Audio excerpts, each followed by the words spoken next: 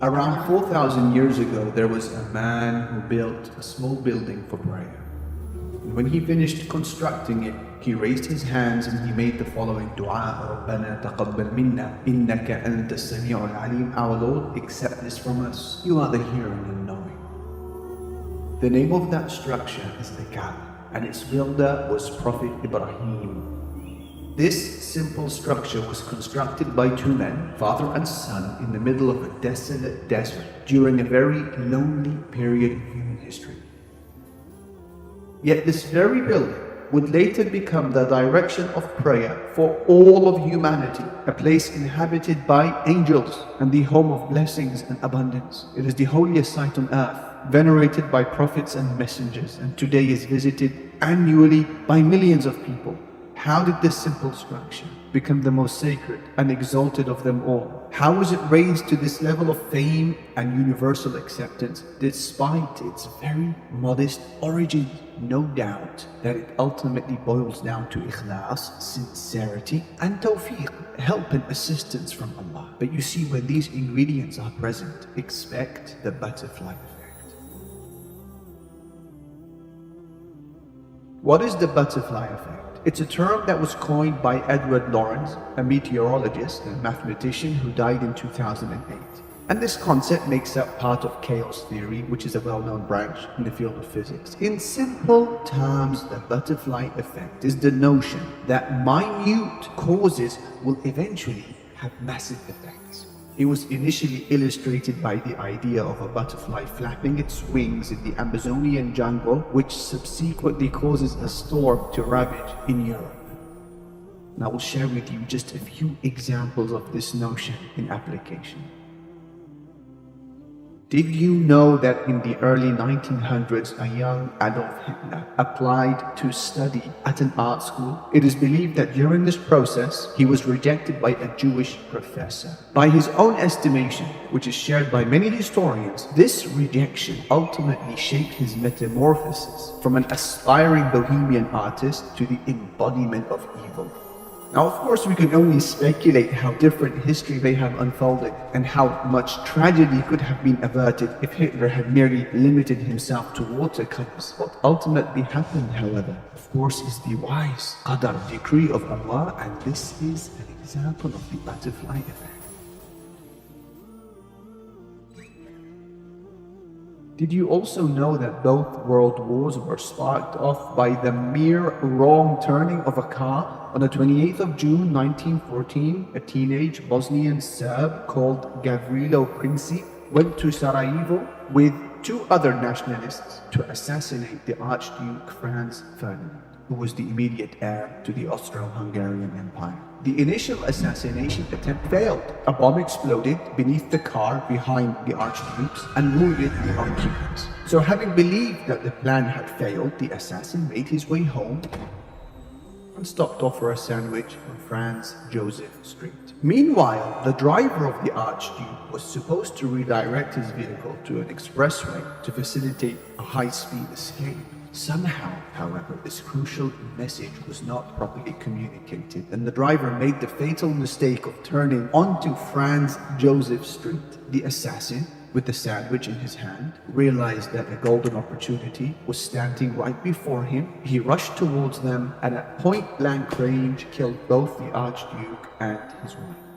The assassination sparked a deep political crisis, and the superpowers of the world started to blame one another, and within 1 week, World War I was underway. This bitter conflict lasted for about 4 years and resulted in the death of around 15 million people. This paved the way for a humiliating peace treaty for Germany, which included a guilt clause. This clause required Germany to accept the responsibility of Germany and her allies for causing all the loss and damage during the conflict.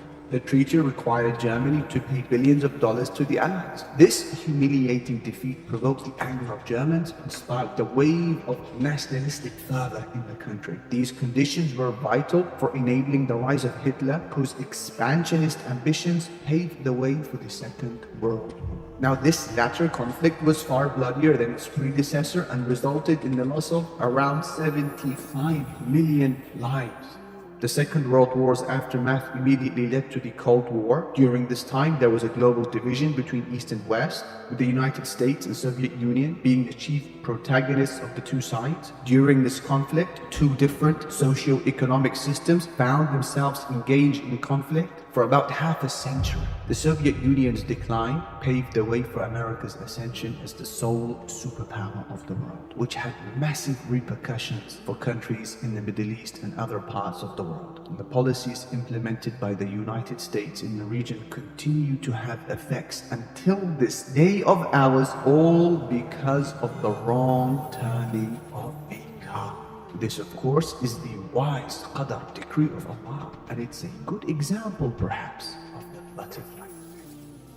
Did you also know that Egypt's course of history changed because of a child who was picked up from a well? Think about it. Prophet Yusuf suffered at the hands of his brothers, who conspired to separate him from their father. As a result, this led to Yusuf being cruelly thrown inside of a well.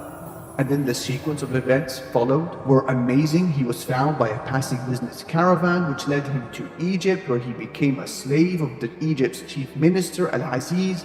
Yusuf would face another trial when the influential wife of Al-Aziz tried to seduce him. Her plots failed. She made a false accusation against him, which led to his unjust imprisonment. One thing led to another. Yusuf's now ability to interpret dreams and his intuition was discovered. This led to a meeting with Egypt's ruler, who urgently needed the interpretation for a dream that he saw. He'd earned the trust of the king. Yusuf had become a powerful minister. He played a crucial role in rescuing Egypt from the devastating effects of a crippling famine, which allowed Yusuf to reunite with his family and siblings in the land of Egypt. And what is fascinating is that this chain of events was activated by a group of jealous men who wanted to kill their younger brother in a park somewhere in Egypt. Isn't it amazing? In fact, well before the term butterfly effect was even coined, the concept was suggested in early English poetic verses penned during the 14th century, which state, "For want of a nail, the horseshoe was lost. For want of a horseshoe, the horse was lost. For want of a horse, the rider was lost. For want of a rider, the battle was lost. For want of a battle, the kingdom was lost, and all for the want of a horseshoe." When we look at these examples, it becomes clear and evident of how fragile our world actually is, and how sensitive the events of life are to the smallest stimuli. After all, if the loss of a nail caused the loss of a kingdom, and the wrong turning of a car sparked 2 world wars, and the flapping of a butterfly's wing causes a typhoon on the other side of the globe, what then of your potential when compared to these petty causes? After all, Allah has given you the finest form. He said, لَقَدْ خَلَقْنَا الْإِنسَانَ فِي أَحْسَنِ تَقْوِيمٍ. We created man in the finest state. Then He honored you yet again over the rest of creation by crowning you with Islam. He said, إِنَّ الَّذِينَ آمَنُوا وَعَمِلُوا الصَّالِحَاتِ أُولَٰئِكَ هُمْ خَيْرُ الْبَرِيَّةِ. Those who believe and do good, they are the best of all beings. So with that said, just imagine what your potential could be if you consciously attempted to set off many butterfly effects on a daily basis, whether at home, the workplace, online, or when spending time outside with friends. To summarize, perhaps in just one sentence, we can say that all of mathematics, physics, history, human experiences, and most importantly the Quran, are all decisive proofs that a little can be a lot, and that the smallest decisions in your life can have the biggest consequences. The Prophet ﷺ had already communicated this message to us 1400 years ago when he said, لا تحقرن من المعروف شيئا ولو أن تلقى أخاك بوجه طلق. Do not belittle any good deed, even if it is just meeting your brother with a smiling face.